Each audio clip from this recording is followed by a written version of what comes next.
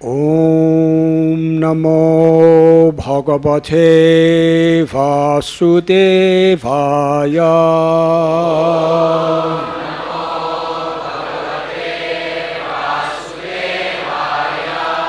Om Namo Bhagavate Vasudevaya.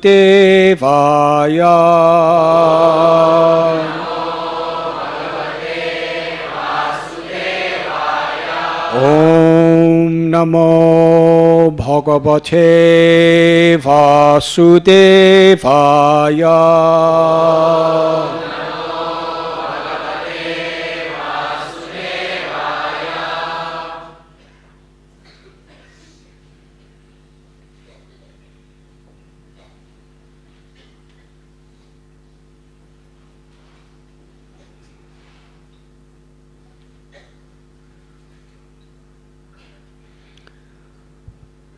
Sadevaki sarvajagan nibasa.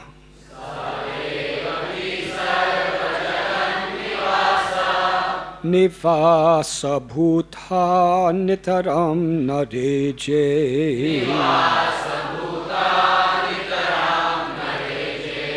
Bhojendra gehegni sikhe varudha.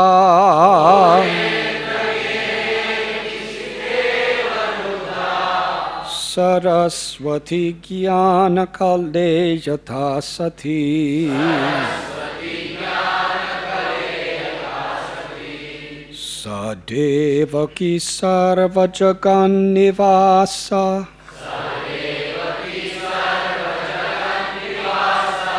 Nivasa Bhuta Nitaram Nareje.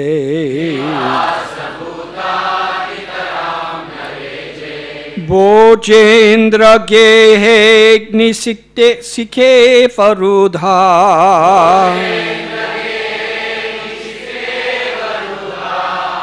Saraswati Jnana Kale Yatha Sati. Sadevaki Sarvajagan Nivasa. Nivasa bhuta nitaram nareje. Bhojendra gehegni sikhe varudha.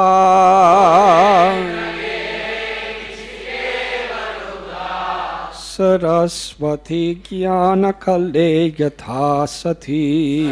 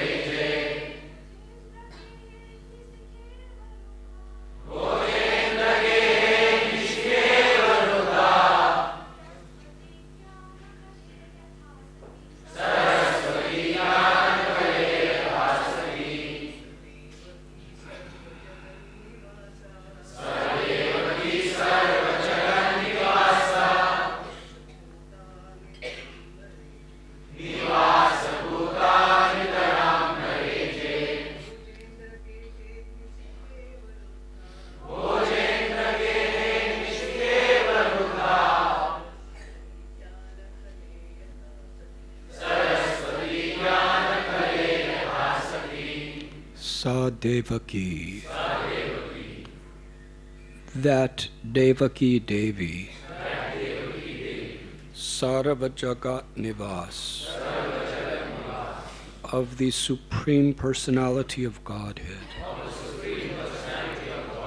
the sustainer of all the universes, Matstani Sarvabhutani, Nivasa Bhuta, the womb of Devaki has now become the residence. Nitaram, extensively. Na, not. Reje, became illuminated. Bhojendra Gehe, within the limits of the house of Kamsa. Agni Sikha, Eva, like the flames of a fire. Rudha, covered. Saraswati, knowledge. Jnana Kale, in a person known as Jnana Kala, one who possesses knowledge but cannot distribute it. Yatha, or just as. Sati, so being. Devaki then kept within herself the Supreme Personality of Godhead, the cause of all causes, the foundation of the entire cosmos. But because she was under arrest in the house of Kamsa, she was like the flames of a fire covered by the walls of a pot, or like a person who has knowledge but cannot distribute it to the world for the benefit of human society.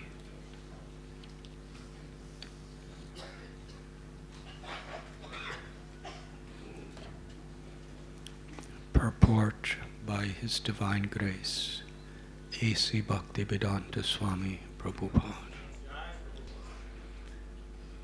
In this verse, the word Jnana Kala is most significant. Knowledge is meant for distribution. Although there is already much scientific knowledge, whenever scientists or philosophers awaken to a particular type of knowledge, they try to distribute it throughout the world.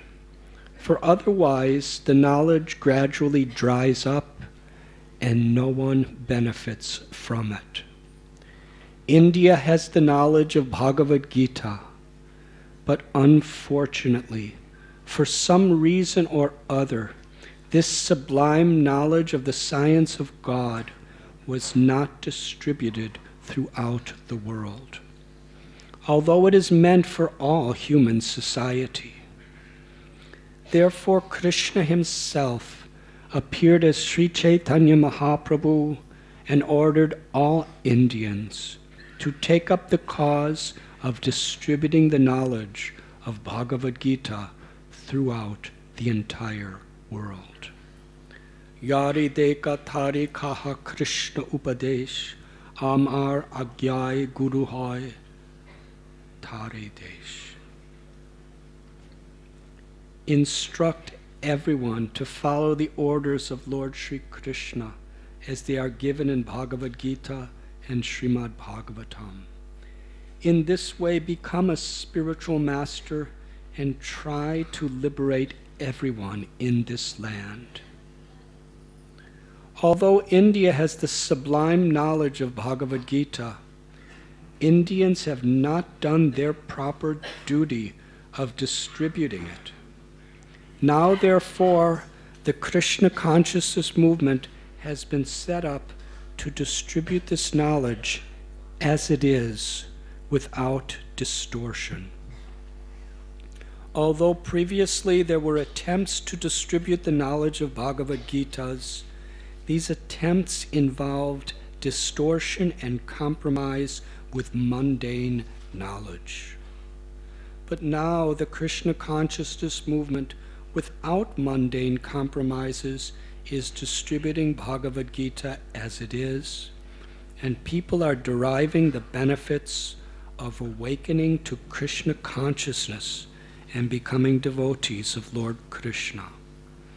Therefore, the proper distribution of knowledge has begun, by which not only the whole world will benefit, but India's glory will be magnified in human society. Kamsa tried to arrest Krishna consciousness within his house, Bhojendra Gehe, with the result that Kamsa, with all of his opulences, was later vanquished. Similarly, the real knowledge of Bhagavad Gita was being choked by unscrupulous Indian leaders, with the result that India's culture and knowledge of the Supreme were being lost. Now, however, because Krishna consciousness is spreading, the proper use of Bhagavad Gita is being attempted.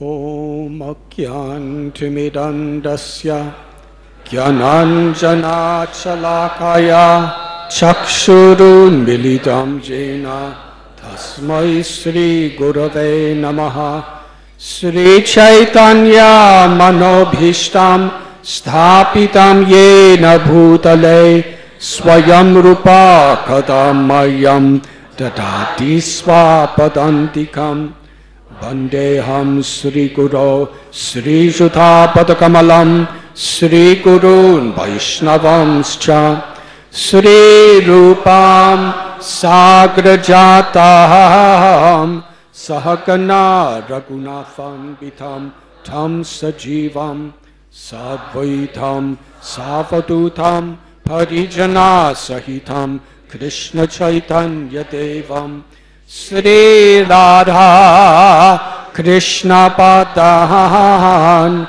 Sahagana Lalita Sri Vishakam Bitamscha He Krishna Karuna Sindhu Dinabandhu Jagatpate Gopesha Gopika Kanta Radha Kanta Namostate Tapta Kanchana Gaurangi Radhe Vrindavaneshwari Vrishabhanu Sute Devi Pranamami Hari Priye Vanchakalpatarubhyascha Kripa Sindhubhya evacha Patitanam Bhavanibhyo Vaishnavebhyo Namo Namaha Sri Krishna Chaitanya Prabhu Nityananda Sri Advaita Gadadhar Shivasati Gaura Bhakta Vrinda Hare Krishna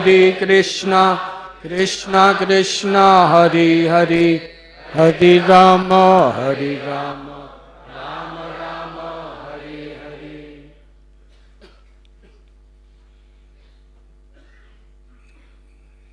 Hare Krishna.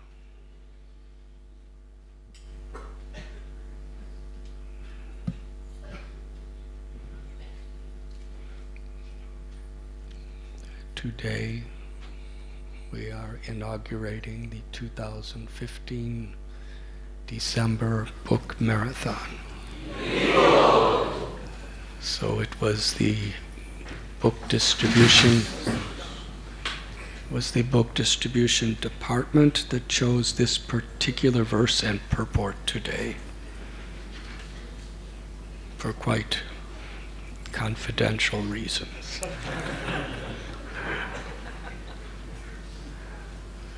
And the reason we are having this special class is because of how special this event actually is. Throughout the world, we are celebrating the 50th anniversary of Srila Prabhupada departing from Vrindavan. And you know where he came after that? He came to Mumbai. 50 years ago, he came to Bombay, where he was literally begging for a passage on a cargo ship to go to the West.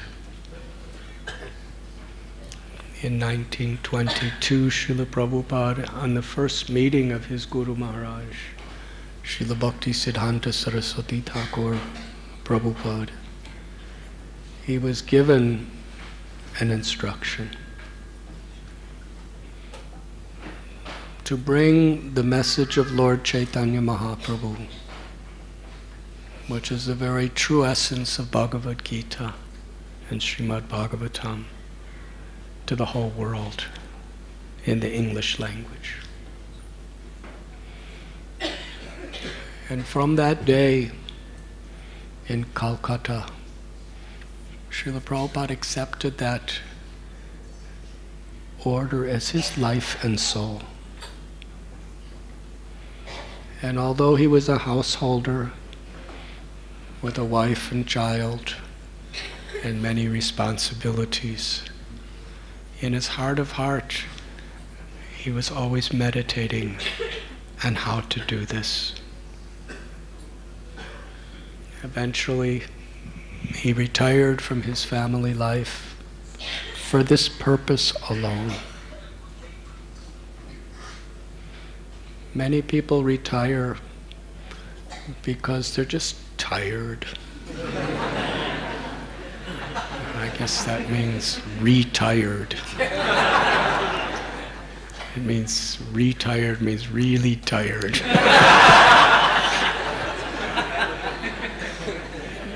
Tired of all this mundane activities.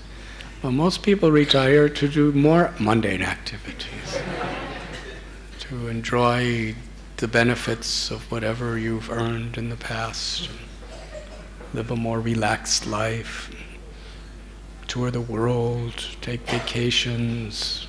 Some people just watch television, whatever they do when they retire. But for Srila Prabhupada, his retiring was actually to begin a whole new life. To actually activate what he was preparing himself his whole life to do. To travel the world with Lord Chaitanya's message. He went to Jhansi, and then later he went to Vrindavan.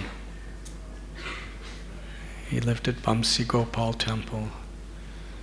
Little later, took sannyas and was given rooms at Radha Damodar temple.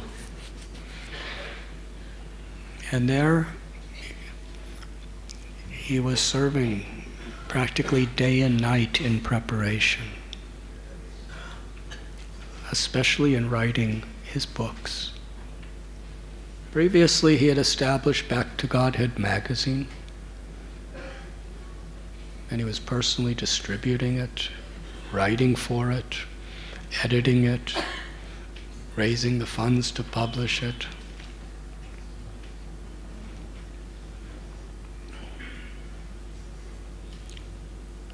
Lord Chaitanya is the very personification of Srimad Bhagavatam. To bring his message to the world is to bring the message of Srimad Bhagavatam. So Srila Prabhupada there in the Seva Kunj of Vrindavan, beside the Samadhi and Bhajan Kutir of Jiva Goswami, Rupa Goswami, he began translating and writing purports to Srimad Bhagavatam.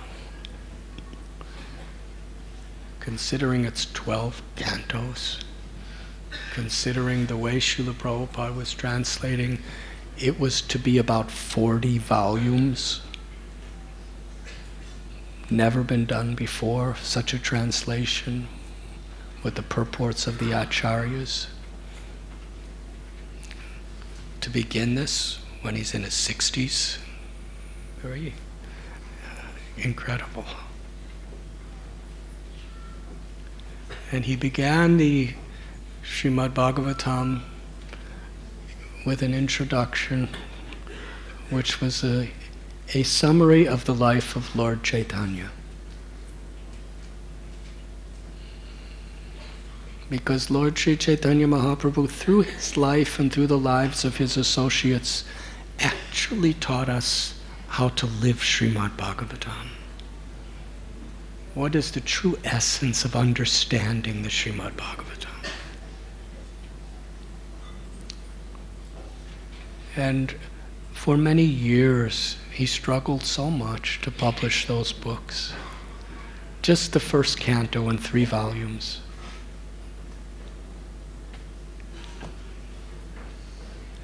In those days, in the early 60s in India, it was an incredibly difficult, politically surcharged challenge just to get paper for printing. Not like today. Paper was very regulated. And Srila Prabhupada, every possible obstacle came in his path for every stage of his purpose. But his compassion for all beings, the parampara of compassion. In Prayag, 500 years ago, this coming year, Rupa Goswami composed a prayer. Namo Mahabharanyaya Krishna Prem Pradayate Krishnaya Krishna Chaitanya Namane Goradveshe Namah. That I offer my sincerest obeisances to Lord Sri Krishna Chaitanya Mahaprabhu, who is the most munificent of all incarnations of the Lord. Although he is Krishna himself, he's manifesting even more munificence, mercy, than even Krishna. Sri Chaitanya Mahaprabhu is Krishna, who comes to taste the sweetness of Sri Radha's love, and with Sri Radha's compassion, as the mother of all living beings, she's come to this world to nourish all of us with something so precious and so rare. Lord Chaitanya has come to give us the understanding of the love of Sri Vrindavan Dham, the love of the Gopas and Gopis. He's come to teach us how to be a part of Sri Radha's love in such a way that he does not consider who is fit or unfit. In the age of Kali, even where people are so disrespectful, so alienated from any true dharma, he's coming to give what even the demigods cannot achieve very easily. Dina hina yatta chilo harinam utarila.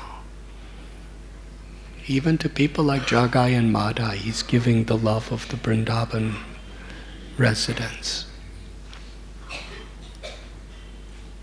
So it is this compassion. Sri Chaitanya Mahaprabhu appeared at the time of the Yuga Avatar. Every yuga there is an incarnation who establishes the particular recommended religious principle for that age. Once in a day of Brahma, Krishna himself, in the mood of the love of Sri Radha, appears. And the Yuga Avatar and all the other avatars that have ever existed all are within that original form of Krishna Chaitanya Mahaprabhu.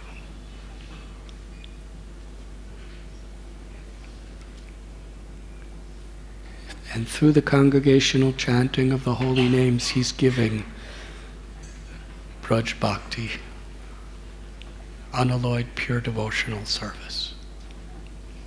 Prema Dan, the highest treasure of ecstatic love. The parampara of Sri Chaitanya Mahaprabhu is preserving and distributing that love. There are many spiritual teachers who come with their particular realizations of God or the absolute truth.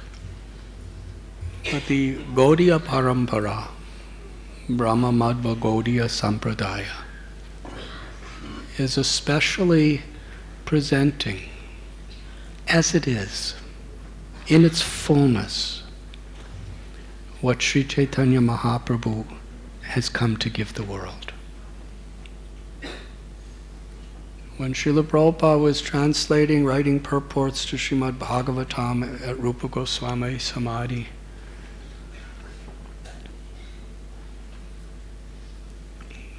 he was preparing to bring the full mercy of Lord Chaitanya to the whole world.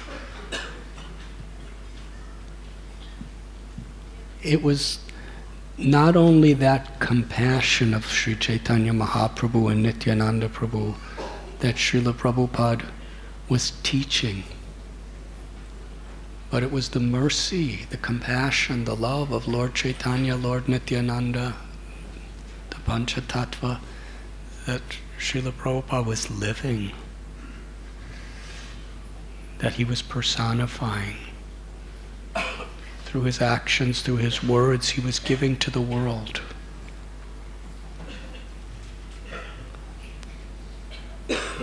And therefore, Srila Prabhupada never personally took credit for anything he had done.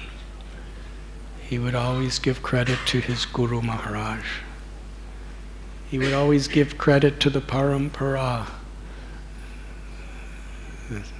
that eternal flow of grace coming from the heart of Sri Chaitanya Mahaprabhu. So this really is a special year, because it is the 500th anniversary of Lord Chaitanya coming to Vrindavan. Sri Chaitanya Mahaprabhu performed his pastimes for 48 years within this world, and of them only 2 months he lived in Vrindavan, although his whole life internally was manifesting the very essence of Vrindavan. In Krishna's Leela, Srimati Radharani never left Vrindavan, except to go to Kurukshetra to be with Krishna, to bring him back to Vrindavan. And she prayed to Krishna in Kurukshetra, as we read in Chaitanya Charitamrita, that actually, I know, Krishna, you're really not happy, fully happy anywhere except Vrindavan. So please come back. We all want to make you happy.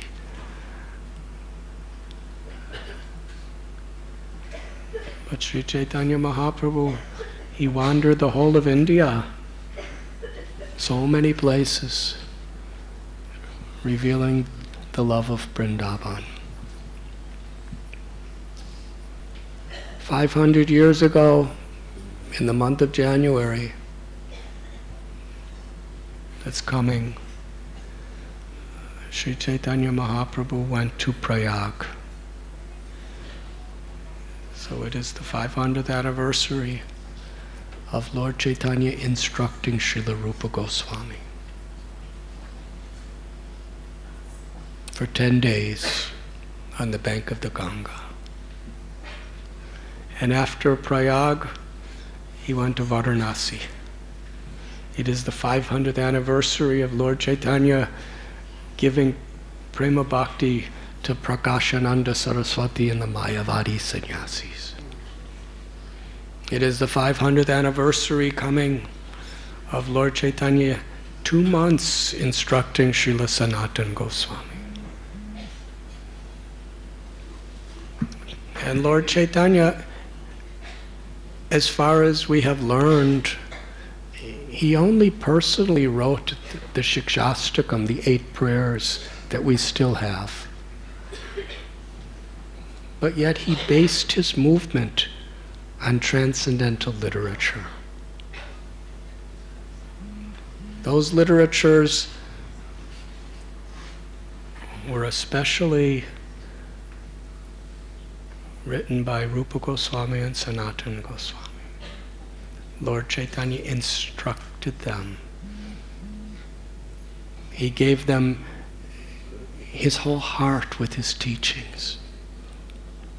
500 years ago, Lord Chaitanya himself said that although Rupa Goswami is so learned, he was coming from such wealth, from such aristocracy, he had such power and influence, he always felt himself lower than the straw in the street. Such worldly opulence, yet so genuinely humble. He was truly Trinadapi Sunichena, Taror Ibase Hishnuna, Amani Namanadena Kirtaniya Sadahari.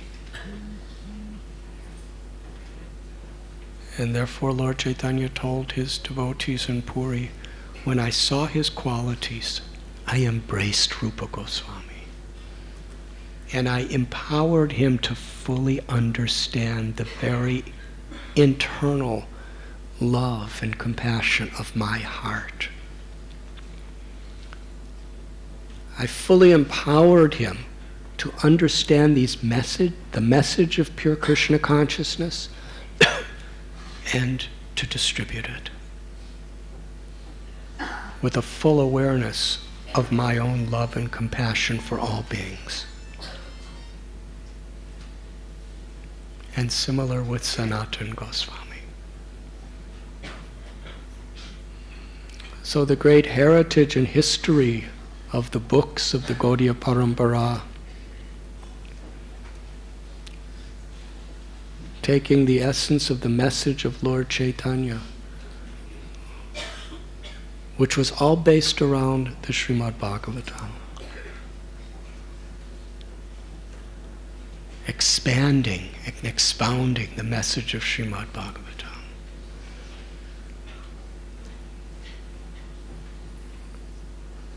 It is 500th anniversary.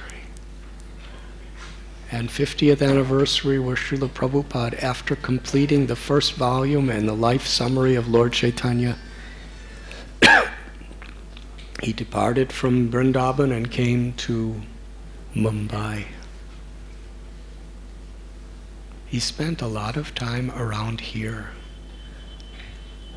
In fact, there's a bookstore just close to here near Grant Road where Srila Prabhupada got his only real contact in America outside of Butler, Pennsylvania, in New York City.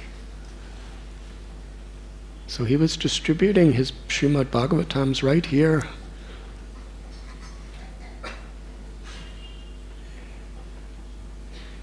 He lived in this area for some time. And in Juhu, he would go to Sumati Morarji. And somehow he convinced her to give him a free passage on the MV Jaladuta. So 50 years ago this year, he went on a mail train. That means the slowest of all trains and the cheapest of all trains, to Calcutta. 50 years ago, he went to Sri Mayapur Dham, to Srila Bhakti Siddhanta Saraswati Thakur Prabhupada's Samadhi Mandir, to pray for blessings, to carry out this service. And 50 years ago, he boarded the Jaladuta.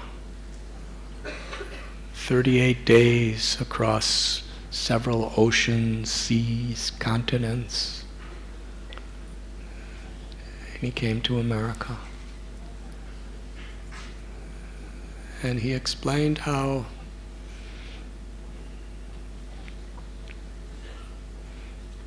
he really didn't know whether he should turn right or left when he came off the Jaladuta. It wasn't like a luxury liner, it was a cargo ship. So the docks of cargo ships are really dirty places. It's just places for giant loads of supplies. Passengers just don't go on cargo ships. So in Boston, he came off for a few minutes or for a half of a day, and then New York.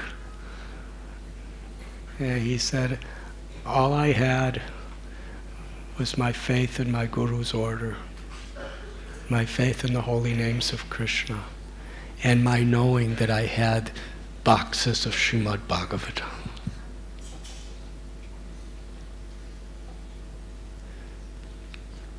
After preparing himself and studying what American psychology and lifestyle was from Sally Agarwal in Butler, Pennsylvania, he came to New York City. And he had no money.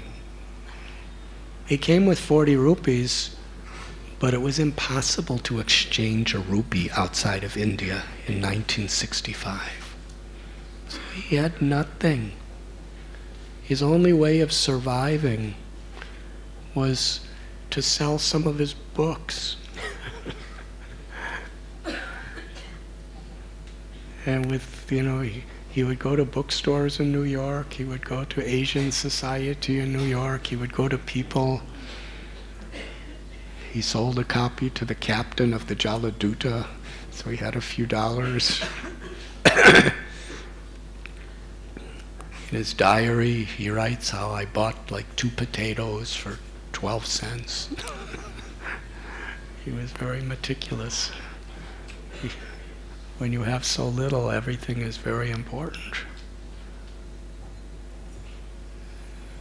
And as we were explaining in Vrindavan, he was writing to some of his godbrothers, please help, there's good scope.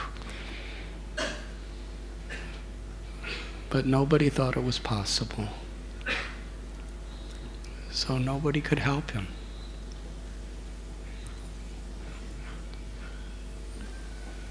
So in this way, Srila Prabhupada, 50 years ago, he established this worldwide society, the age of 70, all alone.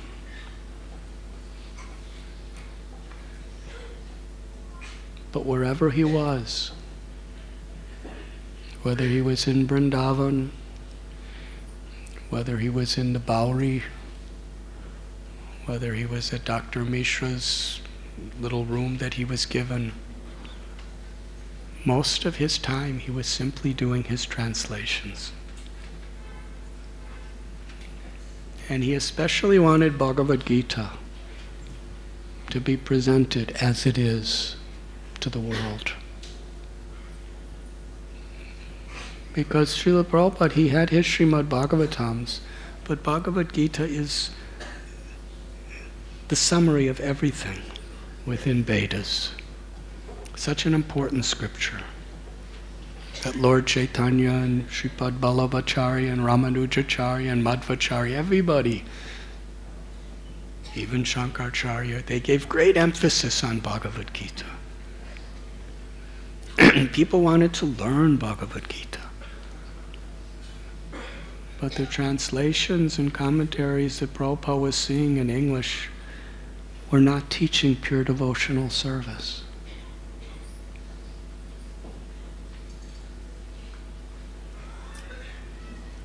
And there's a beautiful story. Srila Prabhupada worked so hard. He was just sitting in his room for hours and hours and hours and days and months. And he was meeting people, he was networking, but so often he was just writing his translations and purports for Srimad Bhagavatam and Bhagavad Gita.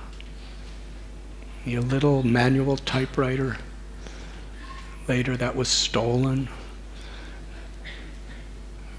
But he never gave up. And when the manuscript from Bhagavad Gita was complete, he gave to Brahmananda Prabhu, who just passed away earlier this year, and told him, asked him, please try to get this published. Brahmananda Prabhu went to all the different publishing houses, and they all gave the exact same answer. We have no need for this. There's no money to be made by a Bhagavad Gita from an unknown Swami. So he was quite discouraged. Everyone rejected him. They didn't even consider it. But Srila Prabhupada told him to keep trying. And he kept trying. And meanwhile, Srila Prabhupada got ill and came back to India and went to Vrindavan. And he was getting messages from Brahmananda Prabhu that nobody wants. And Srila Prabhupada says, well, if nobody wants in America, then maybe we should just somehow try to get it printed in India. But Brahmananda Prabhu, seeing Prabhupada's sacrifice and seeing Prabhupada, nothing was impossible. He was in that spirit of Srila Prabhupada. When Prabhupada, when there was no sign of any help or any opportunities, Srila Prabhupada always, out of his deep compassion and faith and love, he kept pursuing his Guru's mission. So that spirit filled the hearts of the people who loved him and who were close to him. Brahmananda Prabhu, Srila Prabhupada let me keep trying, but he didn't know what to do. And then one day, he got a letter. A letter came to 26 2nd Avenue from one of the largest publishing houses in America, Macmillan. And it said, Srila Prabhupada, somebody was attracted to his singing and helped him make a record album. I don't know if you people know what a record album is. It's a vinyl record album that you put on a record player and put a needle on it and it plays. And it was Prabhupada singing the Hare Krishna Mahamantra and giving an explanation of the meaning of the mantra, and he sings Brahma Samhita and other songs. And on the back of the album there was, 26 2nd Avenue, you can correspond. So Macmillan address was on this envelope and said, I want to order one of these record albums. So Brahmananda Prabhu, maybe this is Macmillan Publishing, they want a record album. They don't want a manuscript, they just want a record album, but maybe I could meet maybe the person who wants the record album, I could give him the manuscript. So he talked to Srila Prabhupada and said, Macmillan publishers are very big and they're very successful and they want a record album. And Srila Prabhupada said, they will publish the book. Prabhupada was so positive. So Brahmananda Prabhu goes to Macmillan, and the person who asked for the record album was the lowest level clerk who had nothing to do with any decisions of Macmillan. He had nothing to do really with the publishing. He was just a clerk. And he said, I live somewhere else, but I knew this was a convenient address, and I just work here as a clerk. I have nothing to say about anything, but, please, I just wanted you to deliver the record album. So Brahmananda Prabhu understood there's no use trying to give him the manuscript.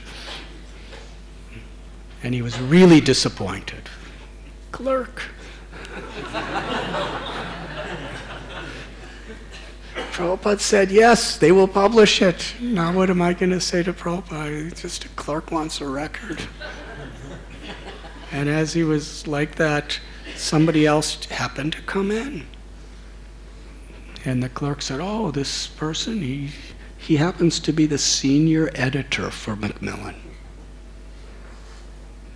And Brahmananda Prabhu said, and the person looked at the record, and Brahmananda Prabhu said, actually, this record is made by a Swami, and he wrote a translation with a commentary of Bhagavad Gita, and I'm a student directly of that Swami, and he has come to give me this manuscript to give to you, to consider publishing it.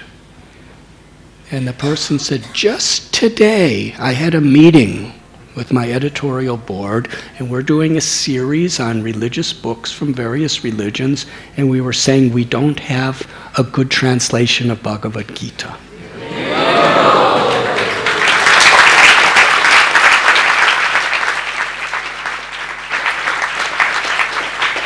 He took the manuscript, and he said, actually, he said, even before even looking at the manuscript, he said, we will publish it.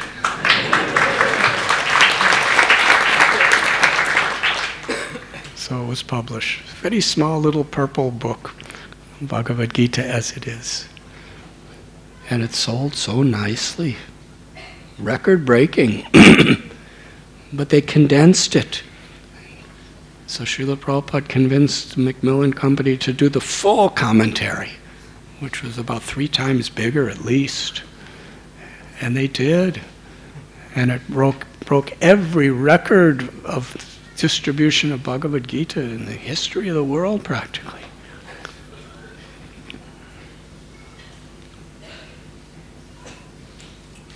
And Srila Prabhupada, he considered these books,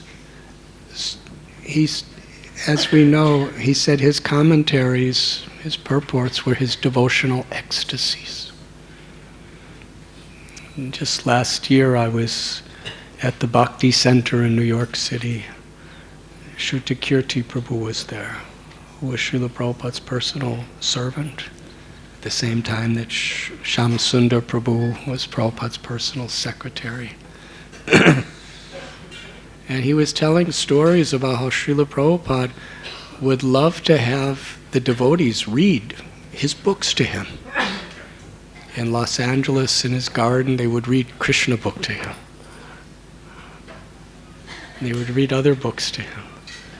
And oftentimes Shrutakirti Prabhu would come in his room and Prabhupada would be sitting there reading Bhagavad Gita as it is. And usually authors don't read their own books because, they already know what's in them. And most authors are kind of like, why did I say that? But Srila Prabhupada, when he would be sitting reading his book, he would look at Shrutakirti Prabhu and say, I did not write these books. Krishna has personally written them. He was not reading, in his mind, he was not reading his books. He was reading the words of Krishna directly, personally.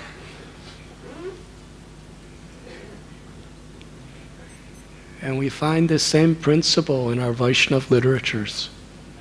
Krishna Das Kaviraj Goswami, he writes in Sri Chaitanya Charitamrita. He began writing this great book by the order of the Vaishnavas, and by the mercy and blessings of Madan Mohan and Rupa Goswami and Raghunath Das Goswami. He started writing when he was in his 90s. And he said, I'm practically blind. My body's shaking from old age and invalidity. And he was like that when he was starting Sri Chaitanya Charitamrita. And there were no word processors or even dictaphones in those days. He was writing with his own hands. He wasn't dictating. He was writing on palm leaves and tree barks. And he said, how am I doing this? He explained, I'm not doing this. This is Lord Chaitanya and Lord Nityananda writing through me.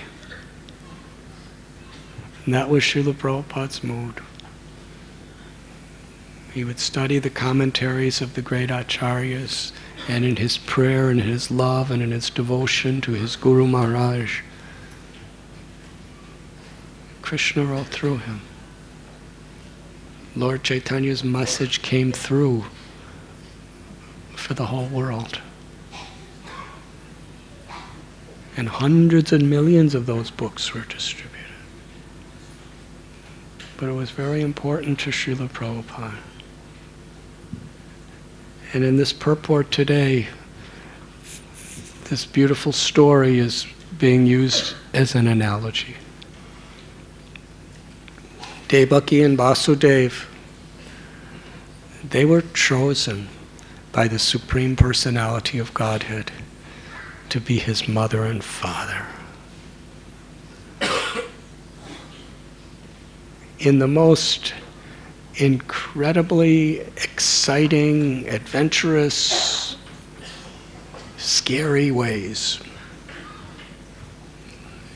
Shamsundar Prabhu was explaining yesterday how much excitement Krishna manifests around his pastimes in this world.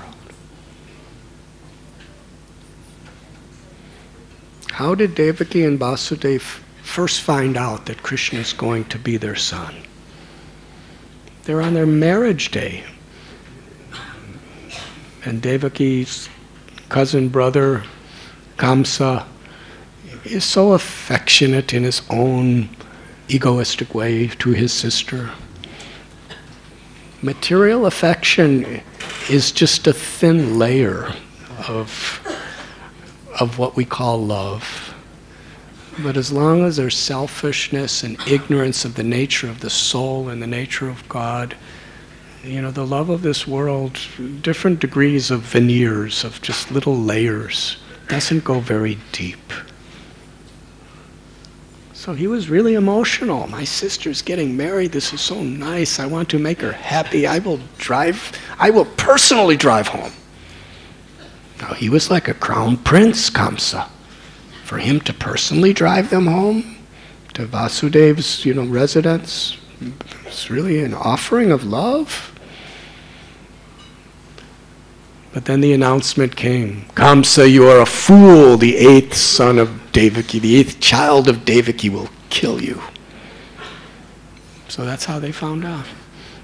And Kamsa was so angry, he grabbed her by the hair, he drew his sword, and he was about to cut off the head of his sister. He would have done it, but Vasudeva was trying to stop him somehow or other. He was speaking philosophy, he was speaking logic, he was speaking moral principles, he was speaking, what's just basically best for his well-being, but Kamsa could not hear anything because his ego was so great. And he was afraid. He was so powerful. Just see. Kamsa, each one of his arms had the strength of 10,000 elephants. And these are Dwapar Yuga elephants.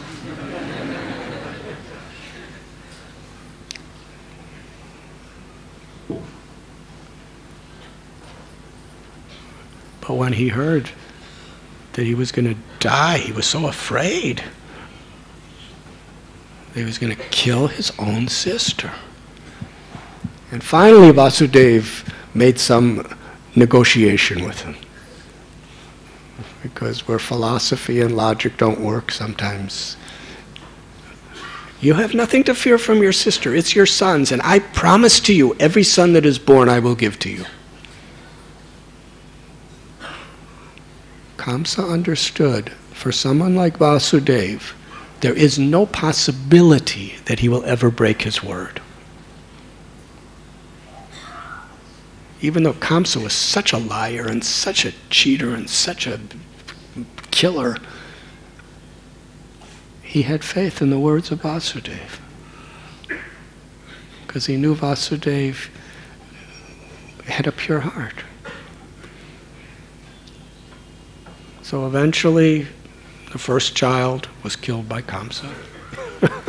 And then they put, by the instigation of Narada Muni and he put Vasudeva and Devaki in prison. And 6 daughters were killed in the, 6 sons. 6 sons were killed in the prison. But yet, Vasudeva and Devaki kept having children because they understood this is the will of the Lord. The Lord is going to come through us. And Balaram, Lord Nityananda Prabhu, he appeared within Devaki's womb, and by the arrangement of Yoga Maya, he was transferred to his original mother in the spiritual world, Rohini Devi's womb. And then Krishna came. And it is described here that Krishna is in the heart, in the womb of Devaki. And Devaki is in a prison house with shackles on her body, behind bars, with solid stone walls, with ferocious guards constantly surrounding them. This is the way Krishna is going to be born in the world. He didn't make it easy for Devaki and Vasudeva.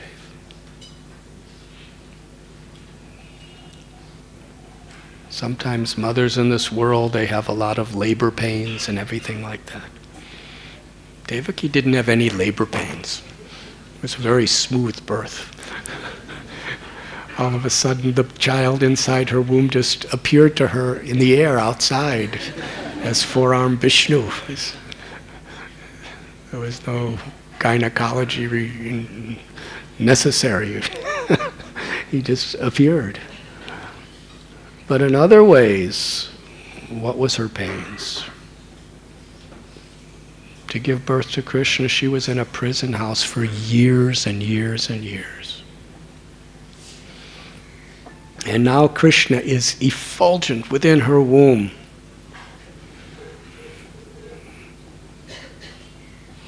But surrounded by the stone walls of a prison, demoniac guards, under the captivity of Kamsa, the greatest of the demons.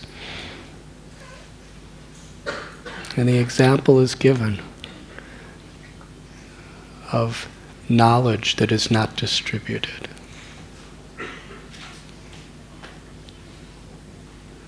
And Srila Prabhupada, in the spirit of Sri Chaitanya Mahaprabhu, in the Bhagavad Gita as it is, in the Srimad Bhagavatam, in these great literatures, is giving to the whole world the deepest, most profound message. And Lord Chaitanya's message is for everyone. To lead the way to the highest liberation.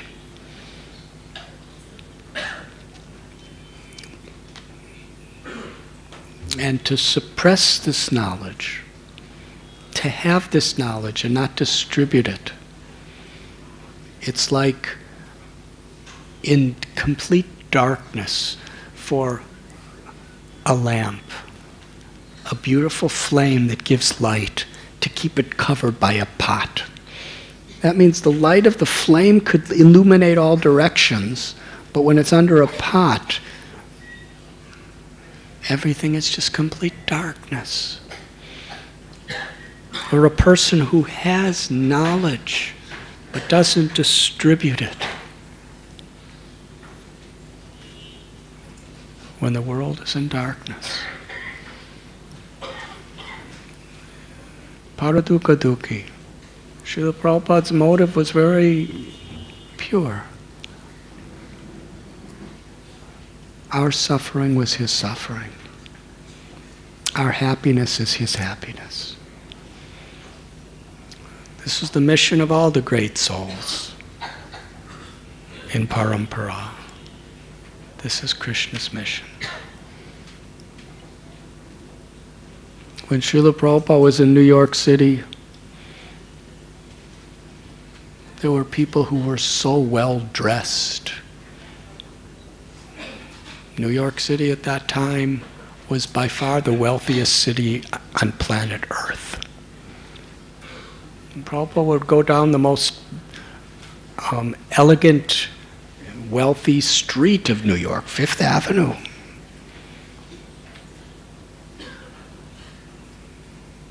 Just a simple flat cost millions and millions of dollars. What to speak of now, tens of millions of dollars. And big, beautiful cars. In those days in India, in 1965, what kind of cars were in India? There were practically no cars. When I came in 1970, there was just some ambassadors and Fiats. And I remember, I never got to ride in them because I never had any money. But when I would look at them, I would think, ox cars are much better. And here's limousines and big, beautiful, spacious cars going down the streets and elegant buildings and skyscrapers. And people dressed so nicely with jewelry and jewelry stores. And Prabhupada just had little white plastic shoes. He was wearing the robes of a sannyasi, just little saffron cloth. He was living in a room without even any windows, without an adjacent bathroom. And it was just kind of given to him in charity for some time. He had nothing. But he wasn't thinking, I want what these people have. He was crying with compassion for these people. They don't have Krishna. They have all this money, and they have all this beauty, and they have all this fame, and they have all this academic knowledge, and they have all this sense gratification like unimaginable to people of India at that time. Now it's imaginable. India has changed a lot. But he was thinking, without Krishna, what is it? Kamala dala jala jivana talamala. All the happiness of this world, all the wealth, all the power, all the pleasures, all the relationships are nothing more significant than a drop of water on a lotus leaf. At any moment, it's going to slip away and be gone forever.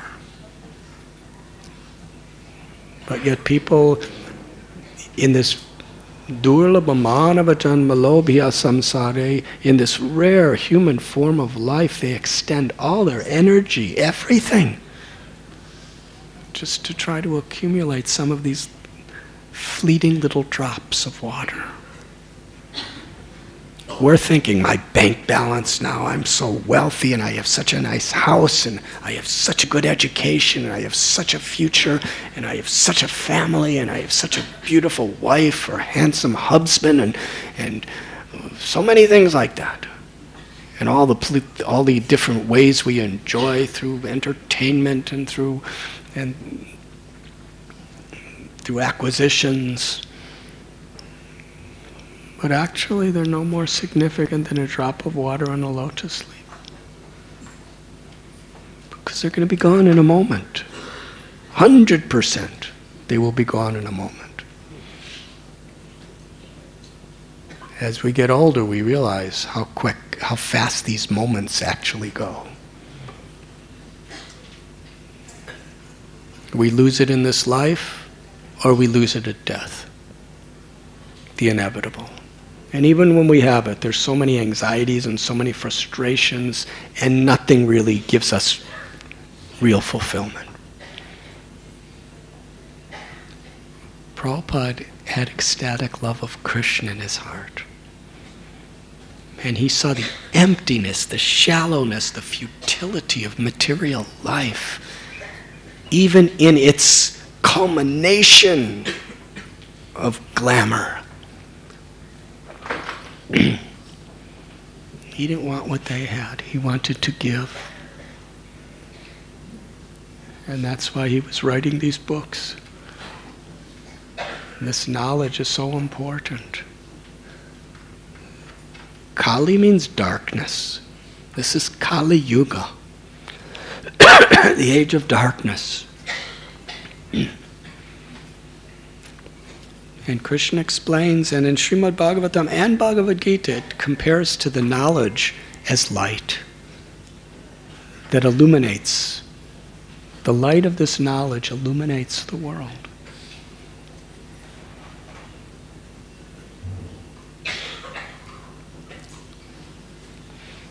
And the greatest blessing we all have is we can participate in helping to distribute this light through the way we live, through the choices we make, through really connecting to Krishna by deeply, attentively taking shelter of Krishna's holy names. Hare Krishna, Hare Krishna, Krishna Krishna, Hare Hare, Hare Ram, Ram Hare. In one of the very special ways that Srila Prabhupada personally requested each of us to help him spread this light is through distribution of his books. And our book distributor people, they have so many stories, devotees all over the world and devotees here, about how people have been completely transformed by connecting with Lord Chaitanya, Rupa Goswami, Prabhupada's mercy when they receive this knowledge.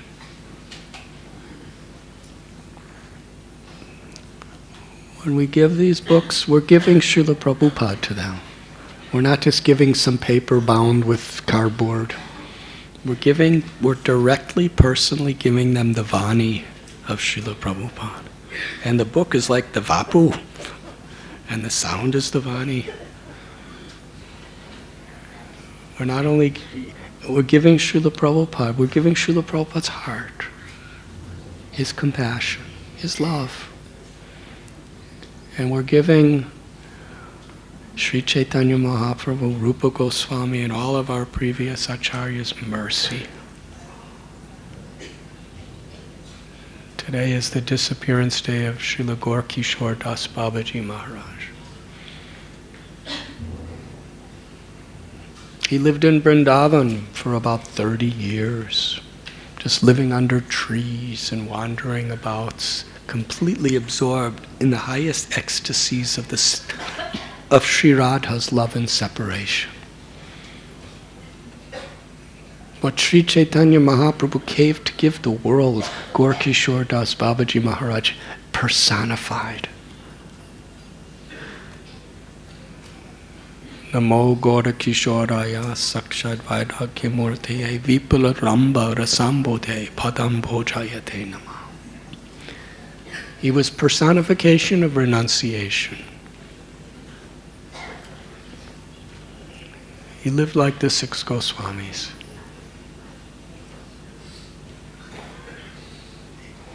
He would go to crematoriums where bodies were burnt. And the cloth of the dead bodies, he would take that cloth from the dead corpses and wash it. And that's the only thing he would wear.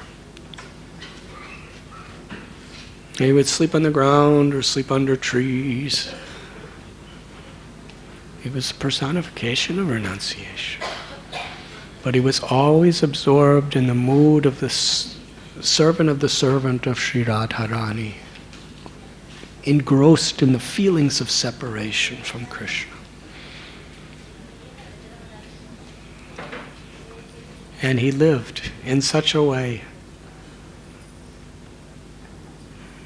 Jagannath Das Babaji Maharaj, after Bhakti Vinod Thakur discovered Lord Chaitanya Mahaprabhu's birthplace at the Yoga Pit in Sri Mayapur Dham, Jagannath Das Babaji Maharaj instructed Gaur Das Babaji to come to Navadvip. And he came there and lived the rest of his life. He would live under a little place, kind of like an upside down little thing that are on old fishing boats. And people would go around there and pass stool and urine on the banks of the Ganga. And he would just do his bhajan. And there are many stories. In those days, so many people would come to sadhus because they want something material. So he would stay in places that were quite abominable so that materialistic people would not bother him. But there's a particular story where one man, he came, he really wanted some material blessings from Gaur Kishore Das Babaji. So he actually went to that area under that little kind of boat that Gaur Kishore Das Babaji was sitting there and doing his bhajan, chanting the holy names and praying and calling out names and prayers for Radharani and Krishna. And this devotee, or this person, he was a business person, he said, "Babaji Maharaj, give me your blessings." And Gaur Kishore Das Babaji Maharaj could see the heart of everyone. So he saw this person had material motives. He said, "I don't give blessings. I don't give material blessings. Get out from here." He said, No, I don't want material. Just give me your blessings." He said, "Get out from here. I don't want to give material blessings." He said, "Babaji Maharaj, no, I'm here. I'm very devoted to you. I want your blessings." He said, "Okay. My blessing is you stay here with me for the rest of your life. And you chant Harinam." And the person ran away.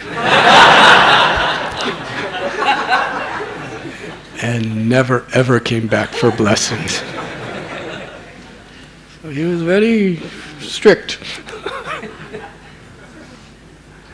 And at one time, there was a wealthy person who was a very good devotee, and he couldn't tolerate seeing Gaur Kishore Das Babaji Maharaj living in such a secluded place. His nature, he was living, this kind of boat structure that he was living under. It was open on all four sides. It was just like a little, really dilapidated little roof over him. Turned over boat, kind of. And in winter it was very cold, so someone gave him a blanket. Then the next day the person came to see if he was warmer with the blanket, and he wasn't wearing the blanket at the coldest time of the day. The person was thinking, "Where's the blanket?" And then he saw Srila Gaur Kishore Das Babaji Maharaj just hung the blanket from the boat. "What is that doing?" He said, "Why is it there?" Gaur Kishore Das Babaji Maharaj said, "When I look at it, I become warm." It's very renounced.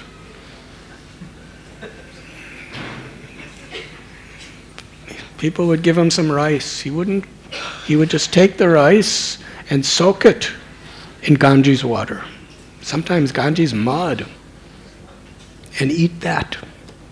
Soak the rice in Ganges mud, eat it with some chilies. That's all. If people tried to give him better food, he would, no, not like that. He had a little iron begging pot, and he would wear it on top of his head when he would walk around. So people didn't know what to think of him. We can't imitate.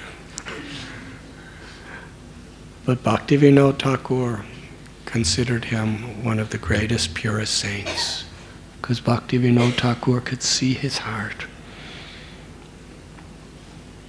And when Bhaktisiddhanta Saraswati Thakur heard him singing beautiful songs about Raghunath Das Goswami.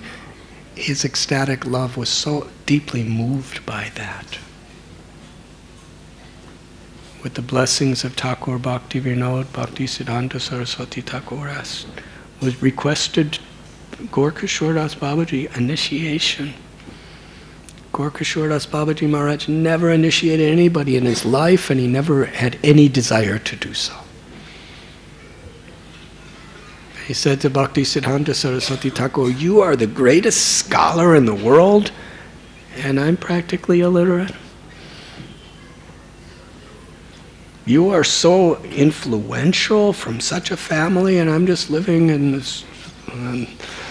these different places." At one time they wanted to give him a place in a dharamshala. And he said, "If I go there, materialistic people will come and bother me." But just to please the person who wanted to give him a place in the dharamshala, he agreed to go into the latrine and live there. Hare Krishna. That was his renunciation. So Bhakti Siddhanta Saraswati Thakur and Bhakti Vinod Thakur really wished this initiation to take place, but he refused. When Bhakti Siddhanta Saraswati Thakur Prabhupada was crying, he said, "Let me ask Lord Chaitanya Mahaprabhu." And a few days later, Bhakti Siddhanta Saraswati Thakur came and he said, "Did you ask Lord Chaitanya Mahaprabhu?" He said, Gorkishore Das Babaji Maharaj said, "I saw him, but I forgot to ask him." And eventually, like Narottam Das Thakur and Lokanath Goswami, seeing the depth of his sincerity and his surrender, he gave him initiation. And even though Gorkishore Das Babaji was living such a reclusive, renounced life that was so difficult to understand to the rest of the world, the instruction he gave Bhakti Siddhanta Saraswati Thakur was to spread Lord Chaitanya's teachings throughout the world.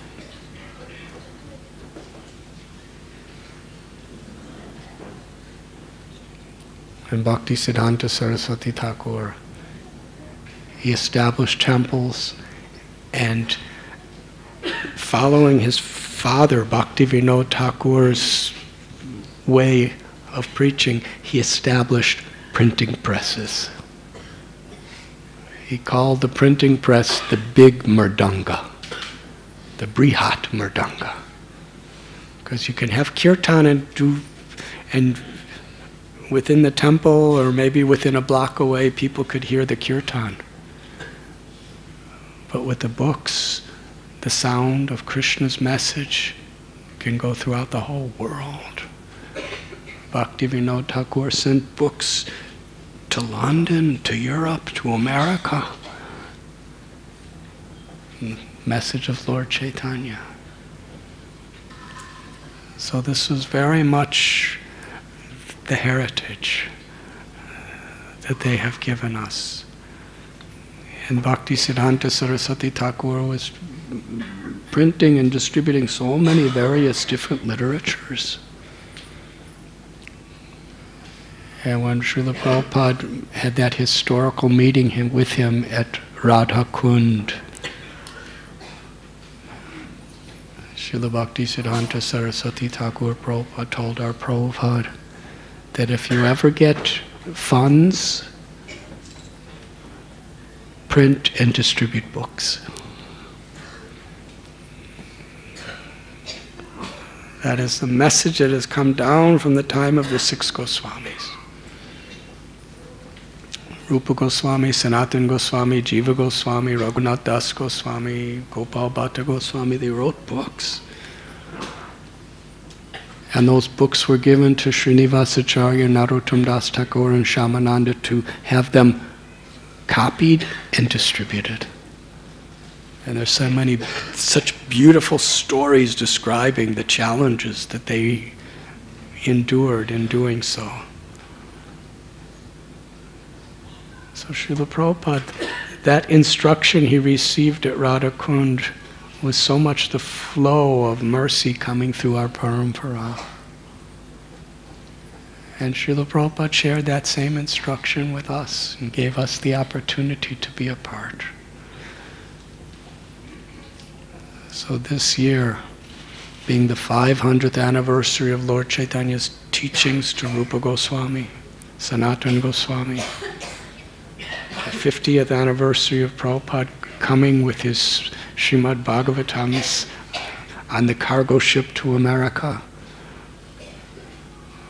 It's a very special, all over India, devotees are very enthusiastic to participate in this wonderful pastime. At Radha Gopinath temple, we have everyone is so enthusiastic and so pure-hearted, at least in my eyes. On behalf of Srila Prabhupada, our Parampara, I invite you to enthusiastically participate during this special month. And Baladev Prabhu, is there anything else you want me to say?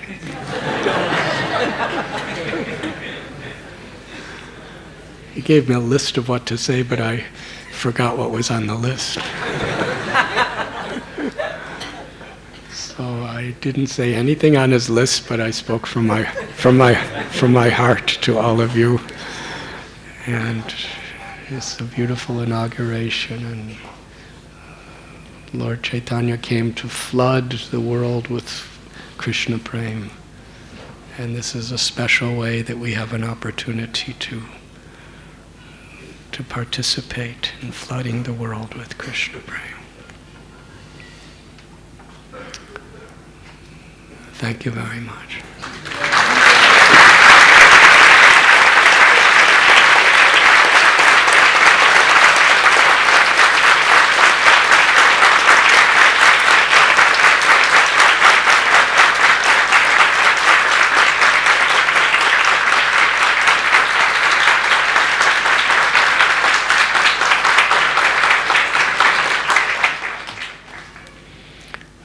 Would you like to speak something?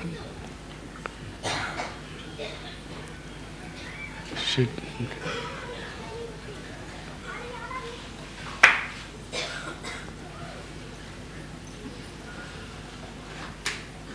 Gauranga Prabhu, he is asking you to speak something.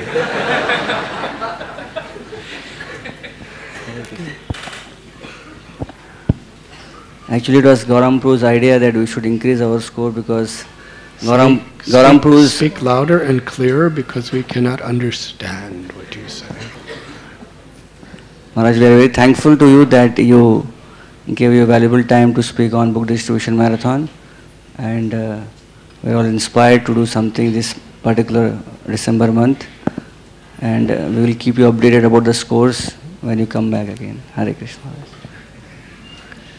One of the beautiful opportunities there is in such services that Srila Prabhupada and our acharyas have given us is to do it really well requires great unity among us. And when we feel a necessity to be united for a higher purpose, that's when our community really grows deeper in bhakti. And I really see it in that way, that these are the most blessed opportunities to really unify all of us. We all have our ideas and we all have our egos to some extent. We all have our differences. We all have our natures. But to unite on a higher principle. And through Hari Katha, Hari Kirtan, we learn to philosophically, in many ways, we understand the philosophical concept of uniting according to higher principles. But such efforts like this are really practical ways where there's an absolute necessity for us to unite on higher principles to do it right.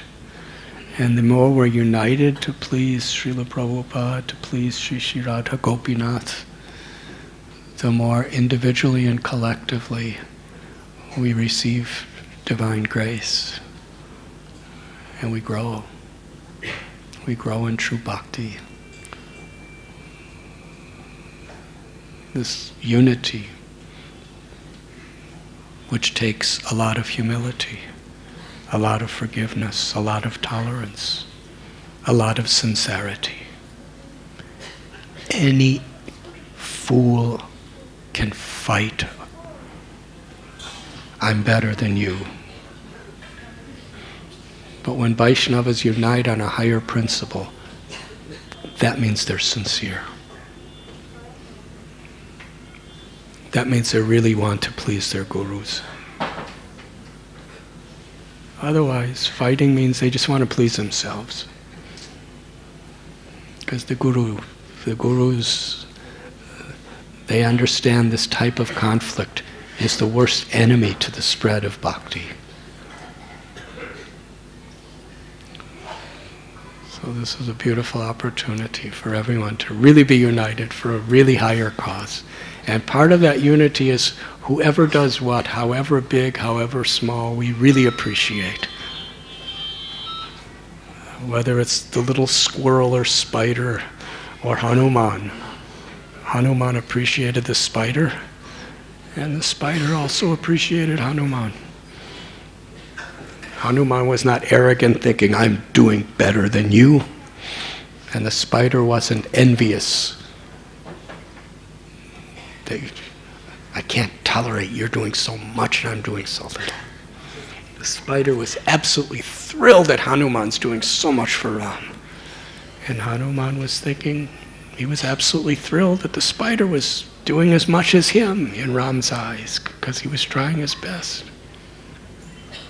So real unity is when we really are well-wishers of each other, and we really are, our happiness is seeing others making advancement, seeing others pleasing our guru, seeing others participating and making a sincere contribution.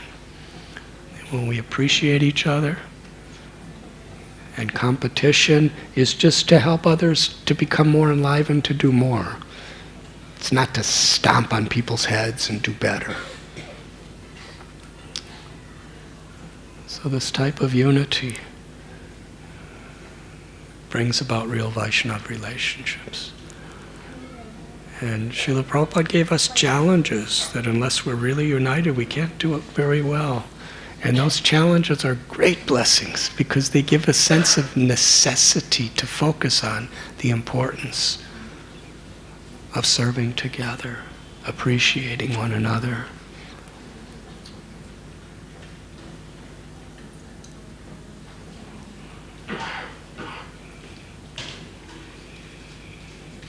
Thank you very much.